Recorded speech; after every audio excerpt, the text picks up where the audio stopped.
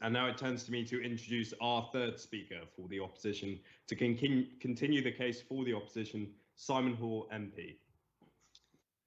Well, thank you very much indeed, Mr. President, for your kind invitation to join you this evening on this important debate. And we've heard already some very heartfelt speeches from your fellow members. Now, I appreciate, Mr. President, that I'm not a parliamentary household name. And for evidence of that, I'd cite no other evidence than the fact that you introduced me earlier as the Member of Parliament for South Dorset, whereas in fact I'm the Member of Parliament for North Dorset. That will be as news to Richard Drax as it is to me and our electorates.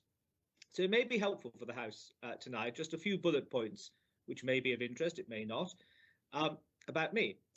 I self-identify as a moderate One Nation Tory. I'm Welsh by birth, but with quite a lot of Irish, both north and south, blood in my veins. So whilst I represent an English constituency, I get very much what we in Wales call the Hoyle of politics, and particularly Celtic politics. I am, if it's of any interest to anybody, a Roman Catholic. I voted to remain in the referendum in 2016, and that was in great part motivated by an anxiety of the difficulties that leaving the EU would present in and for Northern Ireland. But I'm also a unionist, in that I believe that the talents, the spirit, outlook and combined actions of we the peoples of our four nations of the UK make us a stronger and more effective force for good, both at home and internationally. Now, you may wonder why I mentioned the referendum and Remain. I mentioned it for a very specific purpose. I was a Remainer, but my side lost. Now, Remainer or Leaver, I'm above all a Democrat. And that's why, when in Parliament, I voted to deliver the choice that the people made. It was not for me or my colleagues to second guess or to undermine. It was to deliver on their will. Politicians, political parties, and our associated hangers-on cannot pick and choose which votes we honour and which we don't. We try to shape, but we can't dictate the views of the electorate. Still less can we veto them when they don't accord with our own.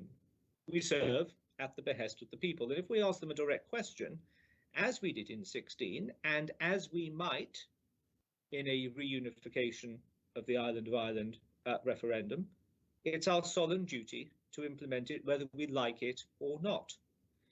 So my few remarks tonight, Mr. President, were they to be made in the House of Lords, or that even more august chamber, the Oxford Union, where I, as an undergraduate, cut my political teeth, and where I had the great honour in the late 80s to hear debating this very issue, Enoch Powell, John Hume, Seamus Mallon, Jim Molyneux, and others.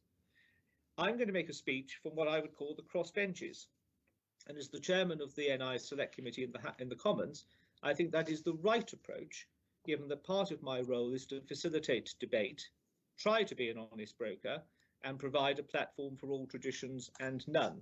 On that point of honest broker, I won't ask my friend and committee colleague, Ian Paisley, to opine on that. I will leave that to our meeting on Wednesday morning, but he's laughing as I say that. So to be clear, my starting point this evening is with regard to the question. But it makes not a jot or tittle of difference what my views are, or of those speaking from either my side or the House for the proposition. It won't be us who decide the issue of the reunification of the island of Ireland. It will be up to the people of that island as to whether they wish to reunify, if they do, when and how. And other speakers have mentioned pounds, shillings and pence and the economy and the per capita spend and all the rest of it. And of course, the economy is important. But this is a spiritual, deep in the guts issue, where the economy and economic growth is of interest, but will not be and will never be, given the history, as we all know it, that will determine the issue. Now, if that referendum is to be held, the two sides will campaign, and one side will win and another side will lose. Of that we can be sure. There's no fancy franchise on this referendum. It's 50% plus one. And if, when or ever faced with such a question, I would trust the good sense of the voters to come to a settled decision, appropriate for the time and reflective of the circumstances. It would not be for the losing side to bleat any more than it would be for the winning side to crow. If 2016 taught us anything, it was this, that defeat should be accepted and victory borne with magnanimity. My second point, which I hope is worth making, is that the politics and the communities of the island of Ireland has changed very considerably, even within my own lifetime, and earlier speakers have referenced this. The Republic has changed beyond all recognition to what it was even 30 years ago. I would describe the Republic as a small, liberal, outward-looking, modern, secular, European state. As the Republic has changed, so too has Northern Ireland. The demographics are shifting, as perhaps demonstrated in the general election of just 2019, when for the first time a slim majority, it's true, of non-unionist MPs were elected to Westminster. Given that steady flow of new non-island of Ireland immigration into Northern Ireland and the decline of church attendance, again which we've heard referenced, we should not be surprised that a growing number of people in Northern Ireland identify with neither so-called tradition. More and more people simply want their politics to deliver a better life for them and their families, and that was manifest when we were trying to get. I won't, for the moment, if you forgive me, and that was manifest when we were all endeavouring to get Stormont back up and running. Of course, Mr. McSparron, I'll take your point. McSparron, I'm sorry. No, thank you, Simon. No, you were saying earlier that the economic issue would not be how people decide, but then you've now said that there are people who don't identify as nationalists and unionists. So if the South now has a stronger economic case for joining it, surely that will be a major factor going forward in how the future of the North of Ireland is decided.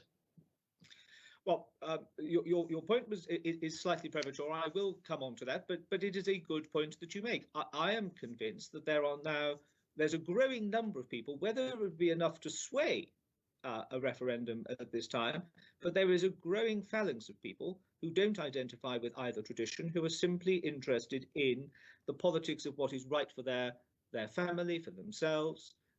Yes, their prosperity, but also a whole raft of other issues as well. They're less and less interested in the history and more demanding of the future. And these factors are going to present challenges to the political classes in Northern Ireland and indeed on the island of Ireland, who perhaps for too long have banked the motivation of division as the electorate's primal urge. The times, Mr. President, in the words of the song, are changing. May I just turn and deal with some of the challenges as I see them? And I think that there are three principal ones.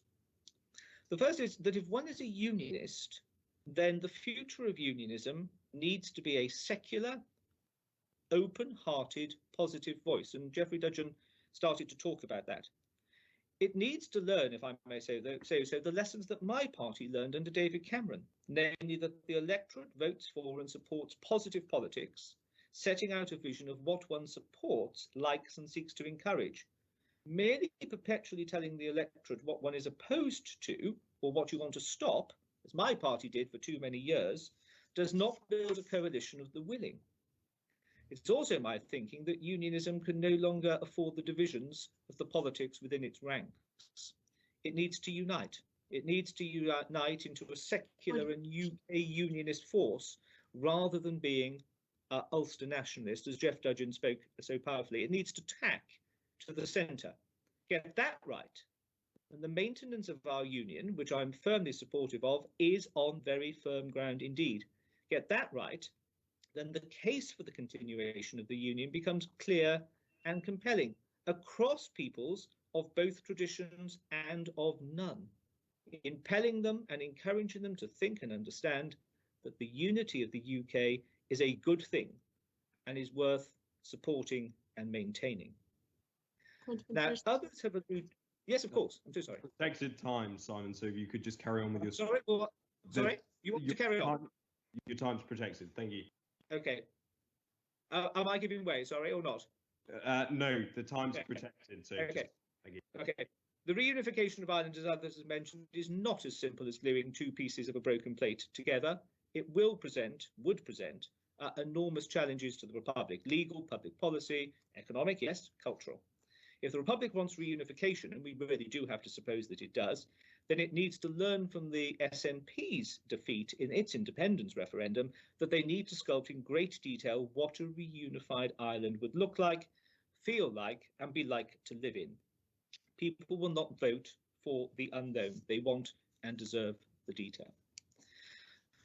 It brings me, Mr. President, to my final challenge, and that is one of the Secretary of State. I won't detain the House by reading the bits of the Good Friday Agreement, which talks about the mechanism of the Constitution, saving for the fact, but there is too much discretion placed on the shoulders of the Secretary of State to determine whether or not the circumstances that might lead to a referendum have been met. That might have sufficed in the late 1990s. It doesn't anymore. And it seems to me that it can no longer just appear to him whether or not a referendum should be held. Unionists don't know what they need to do. Nationalists don't know which hurdles they need to get themselves over to trigger a referendum. I think from both sides it would be enormously helpful to have clarity. So thank you, Mr. President, for inviting me. I've made a speech from the crossbenches just setting out some thoughts. It's a contentious issue with blood, history and tradition, with passion, concern, hope and fear all attached to it. I'm convinced that through sensible, pragmatic, peaceful democratic processes, the right decision will eventually be arrived at, whether it's the maintenance of the Union or moving to reunification, that the island of Ireland, whatever happens, will continue to flourish, and our bilateral relationships will flourish as well. Thank you.